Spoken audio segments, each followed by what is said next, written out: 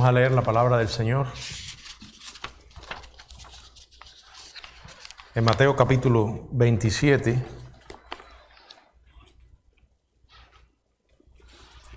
los versos del 1 al 10. Mateo capítulo 27, del 1 al 10. Dice la palabra: venida la mañana, todos los principales sacerdotes y los ancianos del pueblo entraron en consejo contra Jesús para entregarle a muerte. Y le llevaron atado y le entregaron a Poncio Pilato, el gobernador.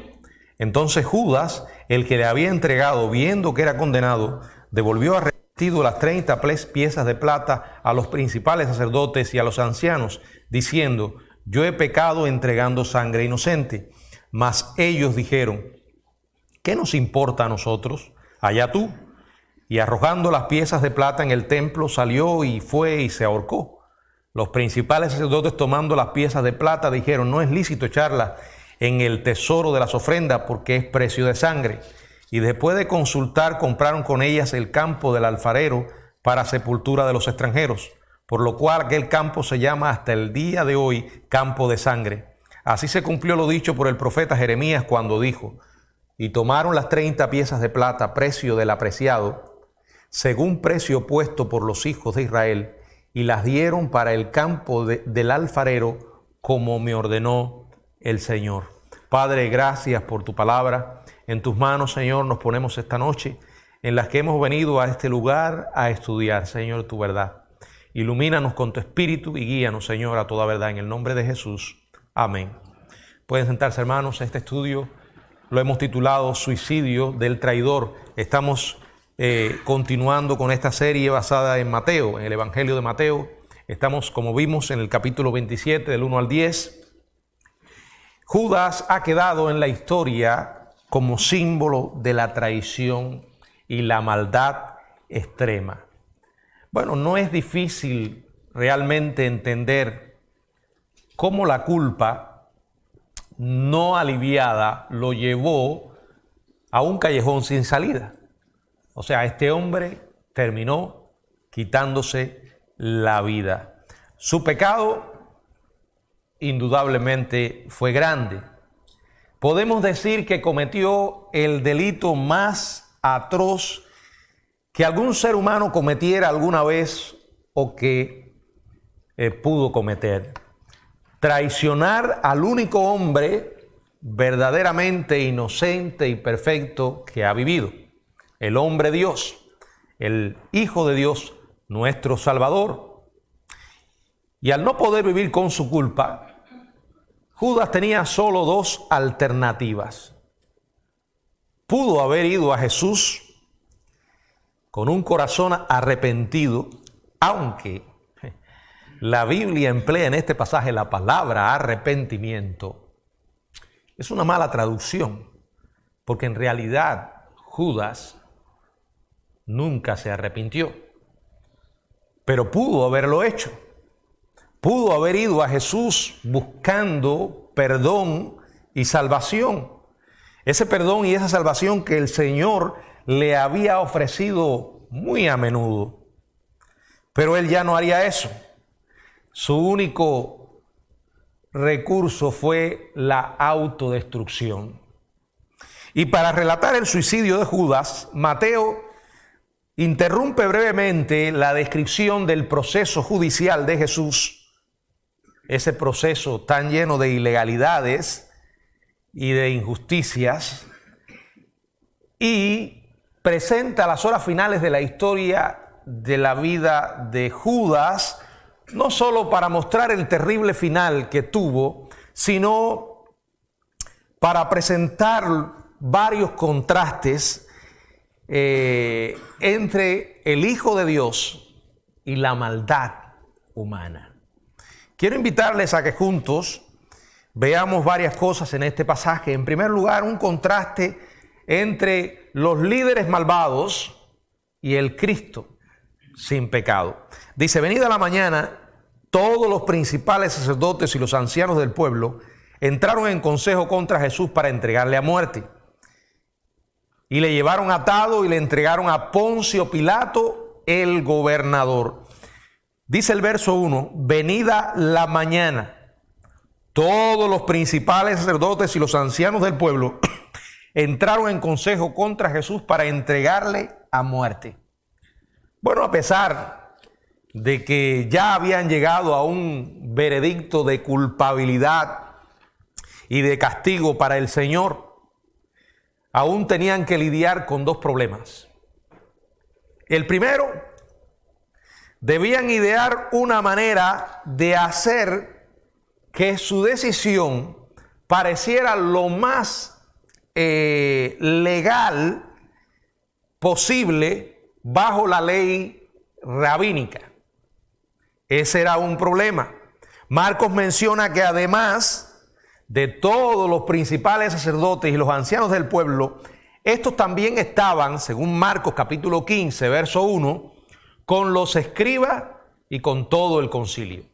O sea, tenían que presentar una decisión que pareciera legal bajo la ley rabínica. El segundo problema, debido a que el pueblo sabía que todos los juicios que implicaran la pena de muerte debían realizarse durante el día y en el atrio del templo, ellos esperaron, como dice la palabra, hasta la mañana de ese viernes de Pascua para convocar al Sanedrín en su legítima sede. Dice allí Lucas capítulo 22, verso 66. Lucas 22, 66. Cuando era de día, se juntaron los ancianos del pueblo, los principales sacerdotes y los escribas, y le trajeron al concilio. Ahora, el consejo que tomaron entre ellos equivalió a reasegurar las acusaciones contra Jesús y reafirmar un veredicto de condena a muerte. En el mismo pasaje de Lucas, donde leímos, en el capítulo 22, ahora en los versos 67 hasta el 71, ¿alguien puede leerlo? Lucas 22. Sí. ¿Eres tú el Cristo? Dínoslo. Y les dijo, si os lo dijere, lo creeréis.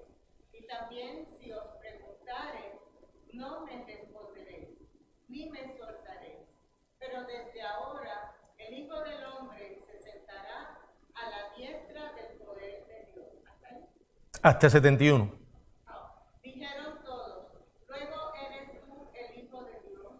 Y él les dijo, vosotros decís que lo soy. Entonces ellos dijeron, ¿qué más testimonio necesitamos? Porque nosotros mismos lo hemos oído de tu boca. Bueno, ellos escucharon esto y bajo la acusación de blasfemia decidieron entregarle a muerte. Pero no tenían autorización de aplicar ellos la pena de muerte. Juan capítulo 18, en el verso 31, dice, entonces les dijo Pilato, tomadle vosotros y juzgadle según vuestra ley. Y los judíos le dijeron, a nosotros no nos está permitido dar muerte a nadie. Entonces tenían que convencer al gobernador romano que diera inmediatamente el permiso para ejecutar a Jesús. Por lo tanto, dice la palabra que lo llevaron atado y le entregaron a Poncio Pilato, el gobernador. Es curioso que lo llevaran atado, ¿verdad? Cuando en ningún momento Jesús hizo absolutamente nada para resistirse. O sea, él sabía la razón por la que había venido a morir Y a pesar de la perversidad de estos líderes religiosos y de todos los que estuvieron implicados en su muerte, estaba la mano del Dios soberano llevando adelante su plan. Y él, como obediente siervo, como el perfecto Cordero de Dios, enmudeció y no abrió su boca. Se sometió a la voluntad del Padre. Bueno, fue llevado sin lugar a dudas al pretorio, que era la residencia oficial del gobernador. Y además, ellos estaban tratando de no contaminarse ceremonialmente y que esto les impidiera celebrar la Pascua más tarde ese día. Por eso los líderes religiosos judíos esperaron fuera. Miren lo que dice Juan, capítulo 18, verso 28. Si alguien puede leerlo. Llevaron a Jesús de casa de Caifás al pretorio. Era de mañana y ellos no entraron en el pretorio para no contaminarse y así poder comer la Pascua. ¿Hasta dónde puede llegar la hipocresía religiosa? Estos tipos estaban preocupados por no contaminarse, mientras eran una mafia fraguando la muerte de un hombre, aquel que vino proclamando la verdad de Dios y que declaró ser hijo de Dios. O sea, la hipocresía es aquella que elige qué aspecto le conviene obedecer y cuál no. Generalmente son muy celosos de las apariencias, de lo que la gente puede ver, mientras el corazón de esta gente estaba lleno de odio y de maldad, preocupados por no contaminarse, y eran los autores del plan para asesinar al Hijo de Dios. Es un contraste que vemos aquí.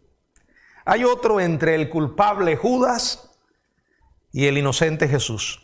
Verso del 3 al 5. Dice: entonces Judas, el que le había entregado, viendo que era condenado, devolvió arrepentido las 30 piezas de plata a los principales sacerdotes y a los ancianos, diciendo: yo he pecado entregando sangre inocente. Mas ellos dijeron: ¿qué nos importa a nosotros? Allá tú.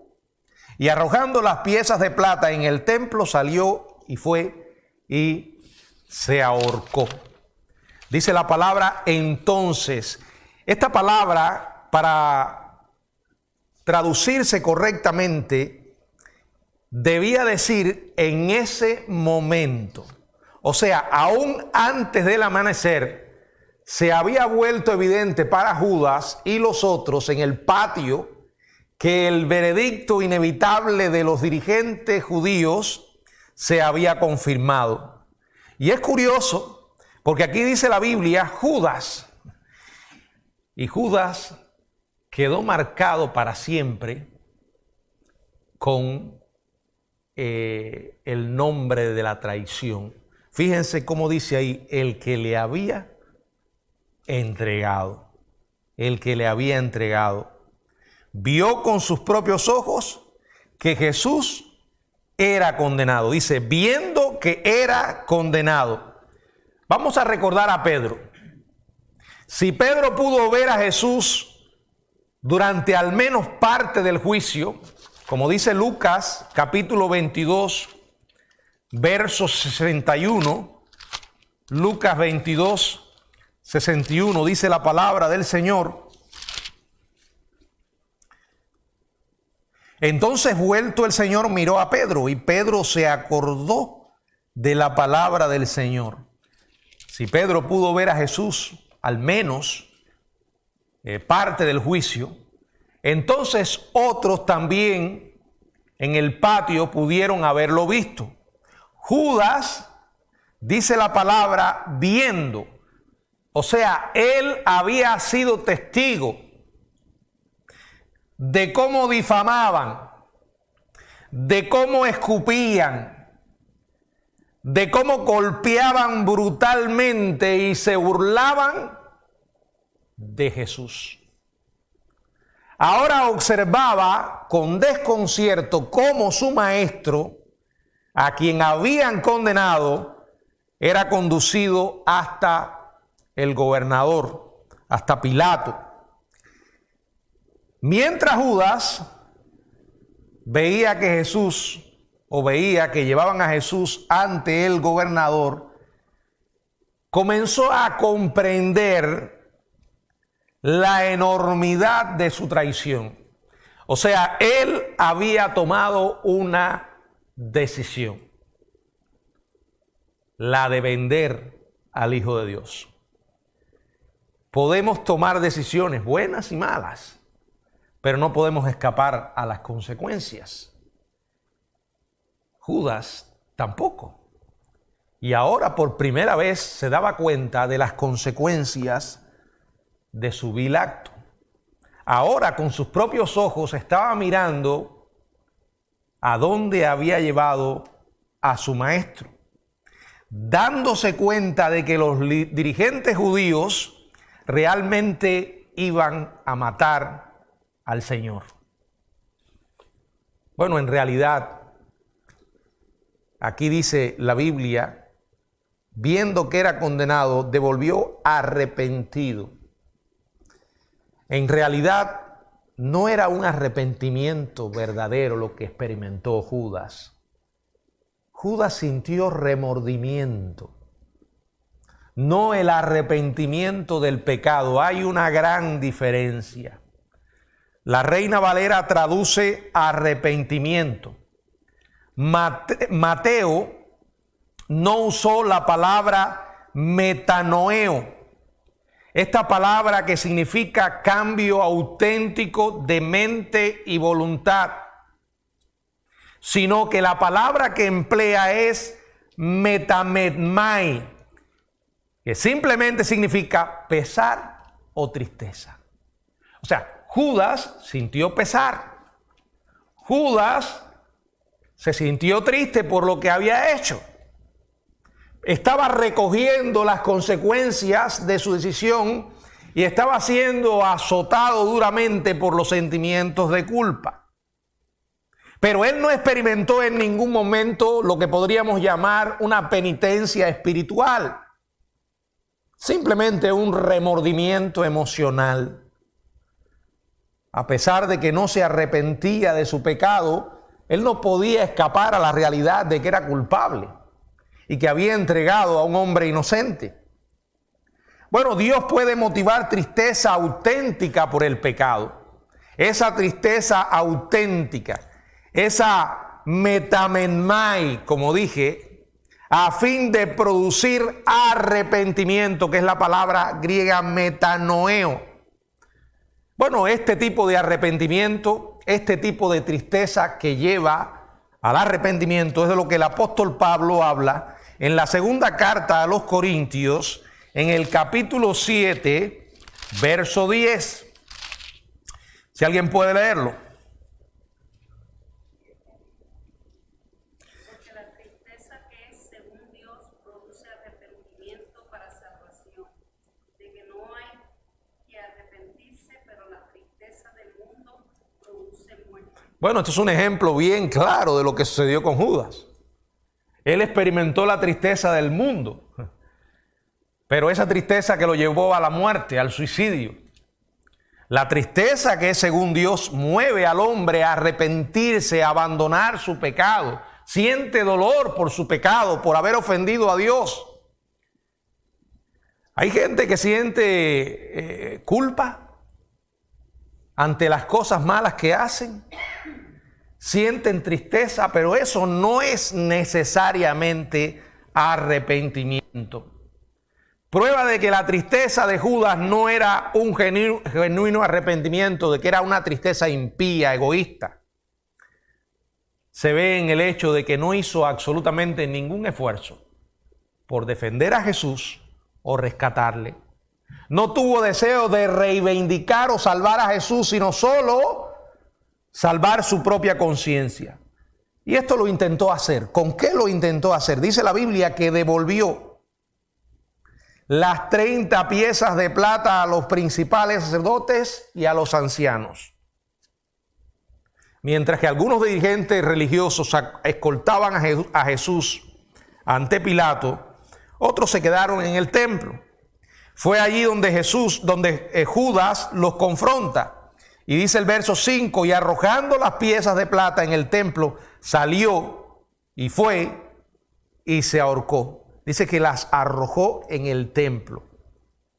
Él había confesado: he pecado, ¿verdad? Como dice ahí, yo he pecado, entregando sangre inocente. Pero esta expresión no la podemos tomar en ningún momento como un arrepentimiento. Si él verdaderamente hubiera estado preocupado por el perdón de su pecado y hubiera creído de verdad en el Señor, se habría acercado a él. No habría ido a los ancianos ni a los sacerdotes. Al igual que Pilato, quien reconoció la inocencia de Jesús, pero aún así permitió que lo mataran. Judas sabía que había traicionado sangre inocente. Sabía que la ley condenaba eso, que la palabra condenaba eso. Pero no salió en defensa de Cristo. Él no buscó genuinamente el arrepentimiento. En respuesta a la apelación angustiosa de Judas, los principales sacerdotes y ancianos le contestaron con crueldad: ¿qué nos importa a nosotros? Bueno, era real. Eso a ellos no les importaba. Lo único que les importaba eran sus propios intereses. ¿Qué nos importa a nosotros? Allá tú, le dicen a Judas. Ellos no tenían más preocupación por Judas que la que tenían por Jesús. Y fueron tan cruelmente indiferentes ante el remordimiento de Judas como fueron indiferentes ante la inocencia de Cristo. Inocencia que en realidad ya habían reconocido. Y aún así siguieron con su perverso plan.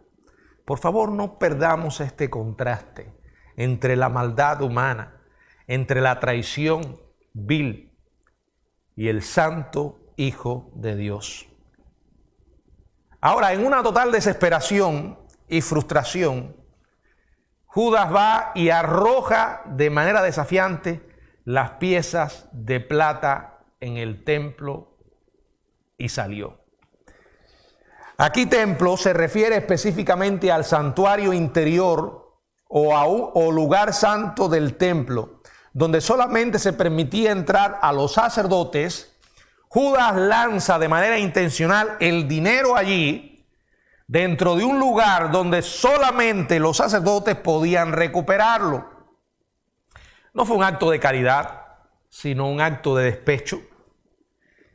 Quería que ellos se sintieran culpables, quería obligarlos a volver a manejar por sí mismo el dinero, que era un dinero de sangre.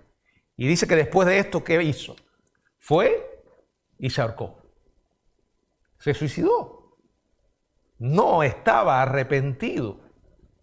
Miren, nunca en los evangelios, ni una sola vez, encontramos el más mínimo indicio de que Judas fuera realmente un hombre de Dios. Nunca.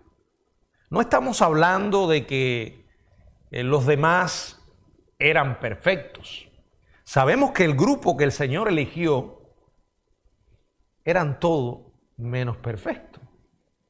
Eran hombres temperamentales, con personalidades diferentes, hombres llenos de defectos, sin preparación intelectual, digamos. Eran materiales toscos. Pero estos fueron los hombres que el Señor eligió. Esta fue la arcilla que tomó para comenzar a darle forma como el perfecto alfarero. Ahora, a pesar de sus defectos, estos hombres llegaron a amar a Jesús. Y una y otra vez encontramos evidencias de transformación en sus vidas. En el caso de Judas, no.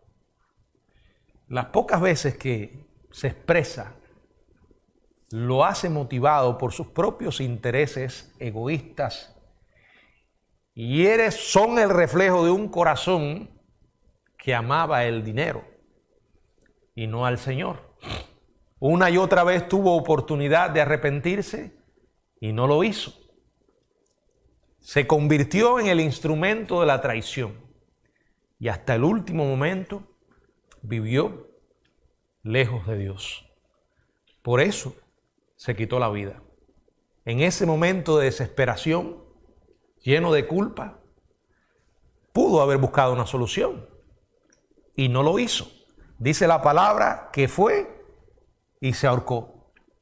Se consideró maldito a causa de la traición. Experimentó un dolor continuo por haber cometido el mayor delito de la historia humana. Pudo haber razonado que ahorcarse era la única vía de escape y una muerte apropiada. Como dice Deuteronomio capítulo 21, verso 23, maldito por Dios es el colgado. Bueno, realmente no podemos conocer la mente de Judas, pero el autocastigo parece una explicación creíble para lo que hizo: terminar su propia vida. Ahora, hay gente que repiten el mismo camino de Judas. Comienzan a lidiar con los sentimientos de culpa de cosas que han hecho y se sienten simplemente llenos de remordimiento, pero como dije, no es la tristeza según Dios.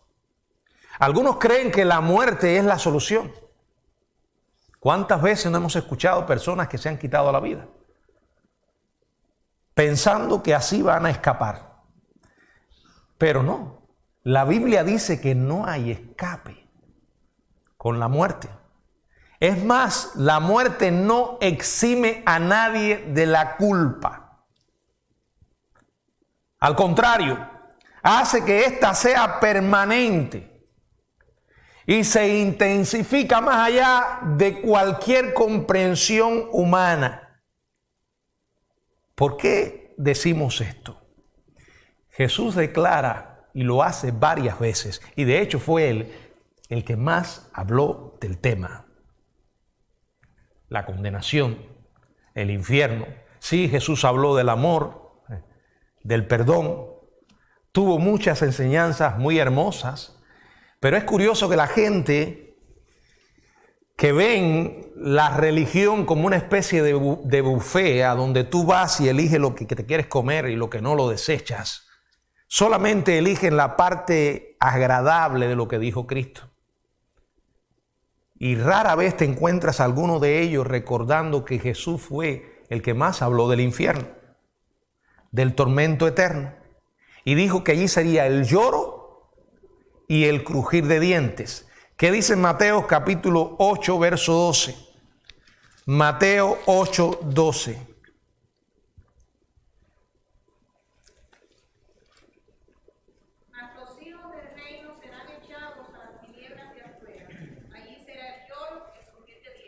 Esta expresión se repite una y otra vez cada vez que el Señor habla del tema.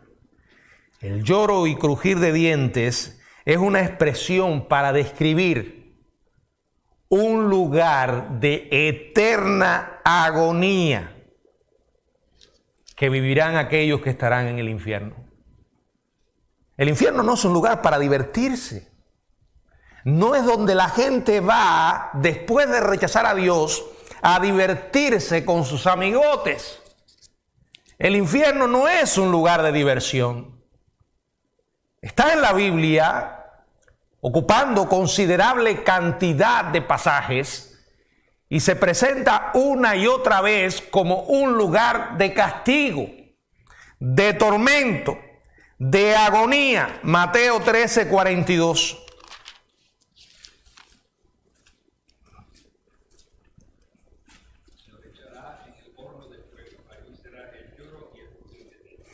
Cada una de las expresiones que Jesús emplea son fuertes, fuertes y más fuertes.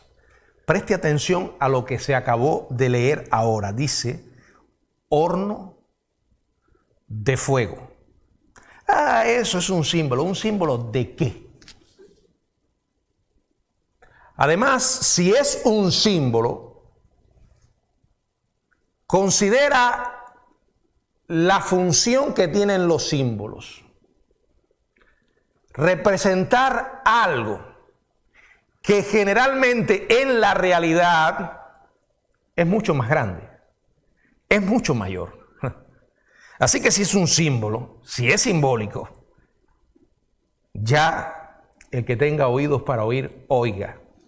Dice que es un horno de fuego y allí será el lloro y el crujir de dientes. Verso 50, y los echarán en el horno de fuego y allí será el lloro y el crujir de dientes. Mateo capítulo 22, verso 13. Mateo 22, 13 dice, entonces el rey dijo a los que servían, atadle de pies y manos y echadle en las tinieblas de afuera. Ahora aquí emplea otra expresión que describe la oscuridad, un lugar lejano, muy lejano de la luz, tinieblas. Ahí será el lloro y el crujir de dientes, una expresión que, como dije, representa el tormento, la culpa, el inconsolable lamento y el tormento que no cesa. Mateo capítulo 24, verso 51.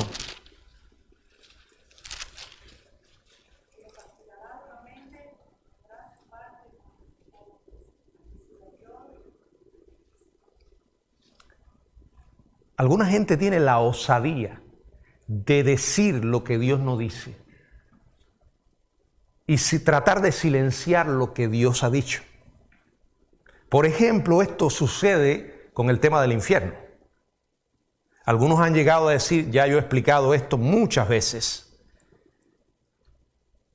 y creo que es el resultado de una ignorancia profunda del Evangelio de Jesucristo. Porque ¿cómo Dios, si es un Dios de amor, va a condenar a la gente por un pecado? Primero, no hay persona que haya cometido un solo pecado.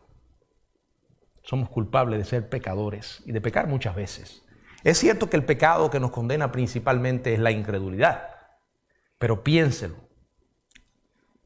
La gente que dice, bueno, un Dios de amor, ¿cómo va a condenar toda una eternidad a alguien en el infierno? Es el resultado de no haber entendido para nada el Evangelio.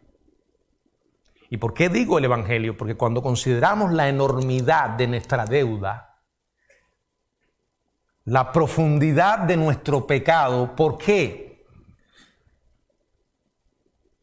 ¿Contra quién lo cometemos? Número 1. Y número 2, ¿por qué tuvo Él que morir?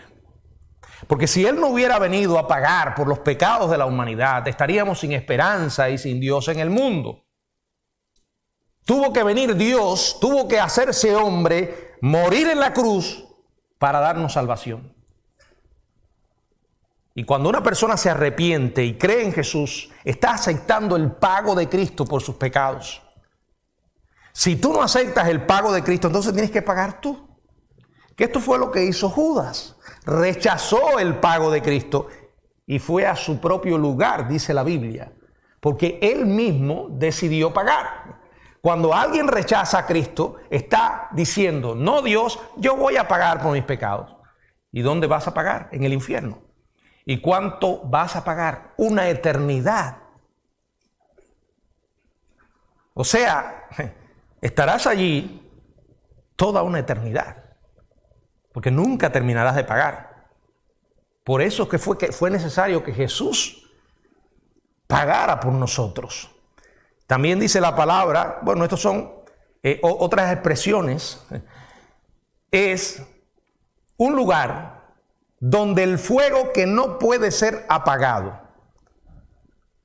Y hay gente que dice, el infierno es un lugar donde las almas allí son consumidas, porque la historia es un basurero que había allí en Jerusalén, que siempre estaba ardiendo, y esa fue la ilustración del infierno. Pero el infierno es un lugar donde las almas son condenadas, consumidas, y ya, se acabó, no hay eternidad. Ah, no. Y como dice el Señor, fuego que no puede ser apagado, donde el gusano de ellos no muere y el fuego nunca se apaga, lo vuelve a repetir. La idea detrás de todo esto es tormento eterno. Imagínese tener que lidiar con la culpa por tus pecados una eternidad. Repito, no es un lugar donde la gente va a divertirse. Por un momento, imagínate que eres conducido a una de las peores penitenciarías de Estados Unidos o de cualquier país del mundo. Esos lugares que la gente llama el infierno en la tierra. Pero a diferencia de las penitenciarías en estos países hoy, donde hay rejas, guardias y reglas, imagínate estar con los peores criminales, violadores, la basura de la sociedad, toda una eternidad. Y por cierto, el mismo Satanás no va a estar reinando en el infierno. Él estará también condenado. Judas fue a su propio lugar. No porque el Señor lo mandó allí, sino porque él decidió rechazar a Jesús hasta el último día. A pesar de estar consciente de su culpa, siguió por ese camino. Hay gente que saben que lo que están haciendo está mal, que ofende a Dios y que las consecuencias que traen sus decisiones no son buenas, pero siguen. Como dije, Pedro entendió que había actuado mal, tuvo tristeza por su pecado, pero fue a Jesús. Judas no lo hizo. Hoy día Judas clama en el dolor eterno de su culpabilidad que no ha disminuido. Vamos a leer Hechos 1:18, por favor. Si alguien puede leerlo. Este pues, con el salario de su iniquidad, adquirió un campo, y cayendo de cabeza, se derrumbó por la muchacha, y todas sus entrañas se derramaron. Bueno, algunos han querido ver en este pasaje una contradicción con lo que dicen los evangelios, que dice que Judas fue y se ahorcó, ¿verdad? Pero, a pesar de que este relato y el de Mateo informan aspectos distintos de la muerte de Judas, son compatibles. Son compatibles. De acuerdo con Hechos 1:18, cuando Judas se suicida, cayó de cabeza y se reventó por la mitad y todas sus entrañas se derramaron. Debió haberse colgado de un árbol con una rama débil sobre una colina, y cuando la rama se rompió bajo su peso, cayó por la pendiente y fue aplastado contra las rocas abajo. Una muerte espantosa. Como espantosa fue su traición y como terrible fue su propia existencia. Vamos a ver el contraste entre la hipocresía de los hombres y la profecía de Dios. En Mateo 27, ahora vamos a seguir leyendo del 6 al 10, si alguien puede leerlo.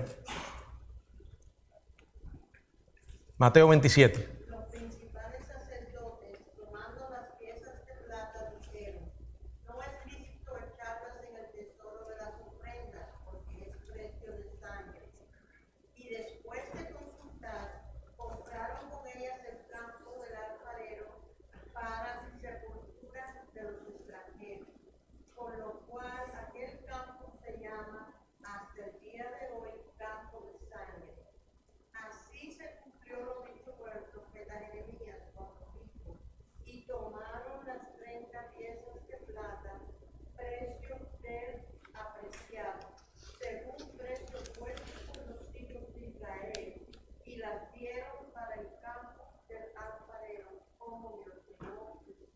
Bueno, ellos se vieron obligados, los principales sacerdotes, a aceptar la devolución del dinero.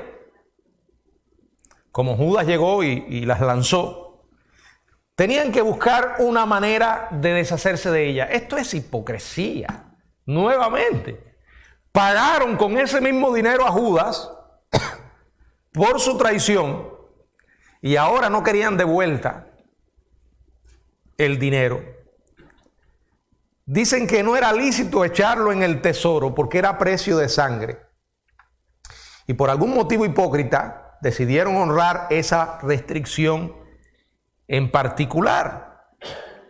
Pero al ellos admitir que era precio de sangre, se estaban condenando ellos mismos. Por definición, precio de sangre se refería a un dinero pagado de forma ilegítima para condenar falsamente a alguien de un delito que lo llevaría a su ejecución. De modo extraño y perverso, ellos no tuvieron ningún reparo en usar el dinero del templo para pagarle a Judas por la traición, pero ahora tenían escrúpulos por devolverlo allí. Esa es la hipocresía en su máxima expresión. Es lo que he estado diciendo, esa religiosidad vacía que escoge qué obedecer y qué no, ¿verdad? Y eso es un ejemplo bien claro en esta historia. Aquí estaban dando una clara evidencia de su culpabilidad y de su hipocresía. Es interesante observar lo duro e insensible que fueron con su propio pecado, con su delito. Así sucede con mucha gente. Están muy dispuestos a ver los pecados de otros. Andan a la caza de los pecados de otros, pero están ciegos a sus propios pecados. Ellos eran insensibles con relación a su delito, en contraste con la abrumadora agonía de Judas que lo llevó a matarse en un vano intento de aliviar la culpa. Dice que después de consultar entre ellos mismos, deciden utilizar las monedas con la finalidad de comprar un campo del alfarero para sepultar a los extranjeros. Querían manifestar una buena voluntad hacia las personas, hacia el público, quizás calmar un poco sus conciencias. Se le ocurre comprar un campo donde los alfareros recogían arcilla para realizar sus piezas y venderlas. Es probable que ya ese campo se hubiera agotado, no tuviera arcilla y que estuviera disponible a un precio bastante económico. Los dirigentes religiosos pudieron haber razonado que utilizarían el dinero para comprar un campo profanado e inútil en el que pudieran enterrar a los extranjeros. De hecho, la palabra extranjero es una expresión muy usada por ellos para referirse a los gentiles. O el campo pudo haberse usado para enterrar viajeros que murieran mientras estaban visitando Jerusalén, especialmente quienes fueran indigentes. Mateo explica que por lo cual aquel campo se llama hasta el día de hoy campo de sangre. Cuando dice hasta el día de hoy, se estaba refiriendo a 30 años después, cuando escribió el Evangelio.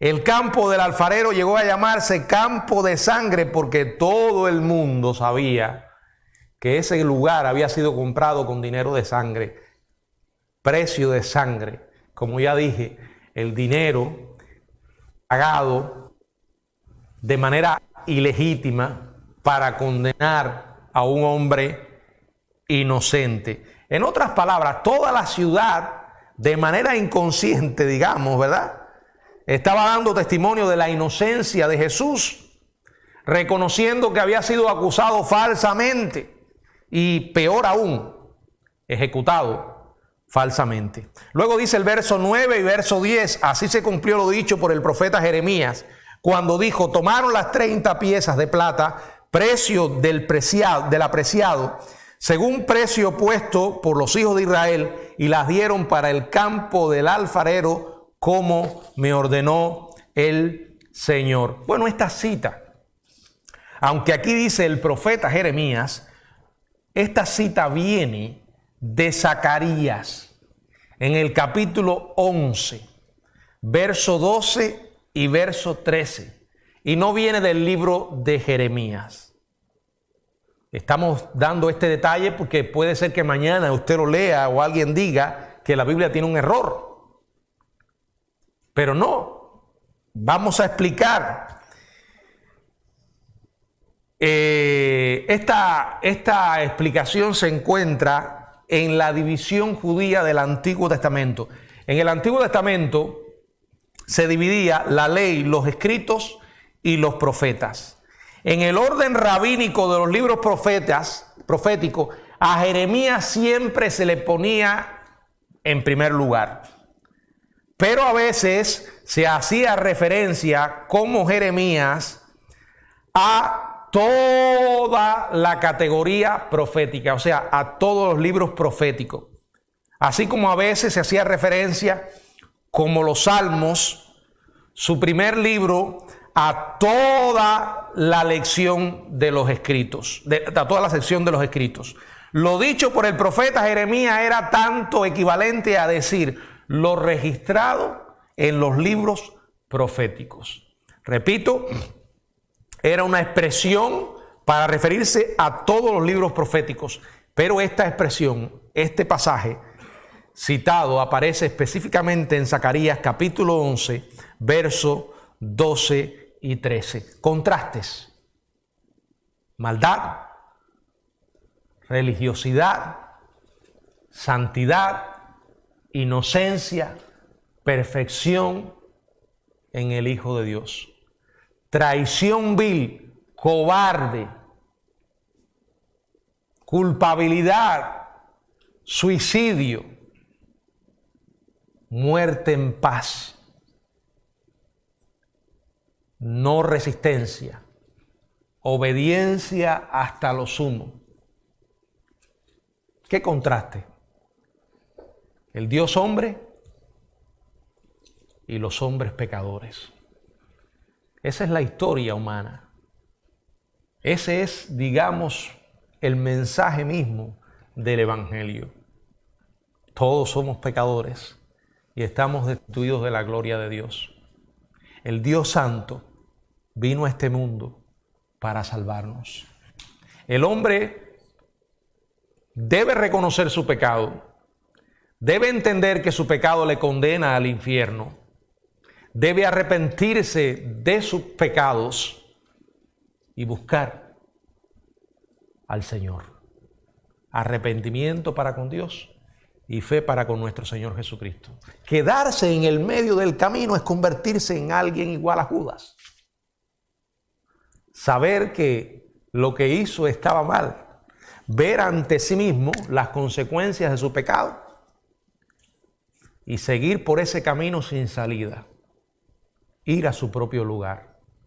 Hay personas que viven rechazando a Dios, aun cuando puedan reconocer las verdades que enseña la Biblia, no están dispuestos a apropiarse de ella. He conocido gente que sabe la Biblia, desde Génesis al Apocalipsis.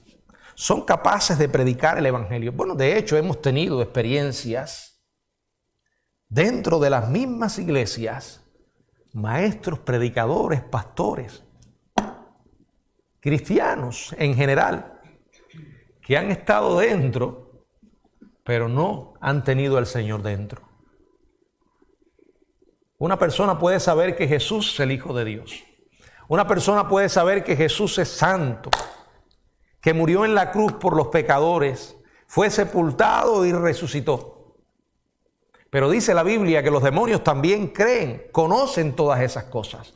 Cuando Jesús se encontraba con endemoniados, los demonios le decían: sabemos quién eres, el Santo de Dios. Sabían además que Él era el que les iba a condenar. Has venido acá a condenarnos antes de tiempo. Sabían todo eso. Una persona puede tener la información correcta. Sin embargo, aún así, no Creer.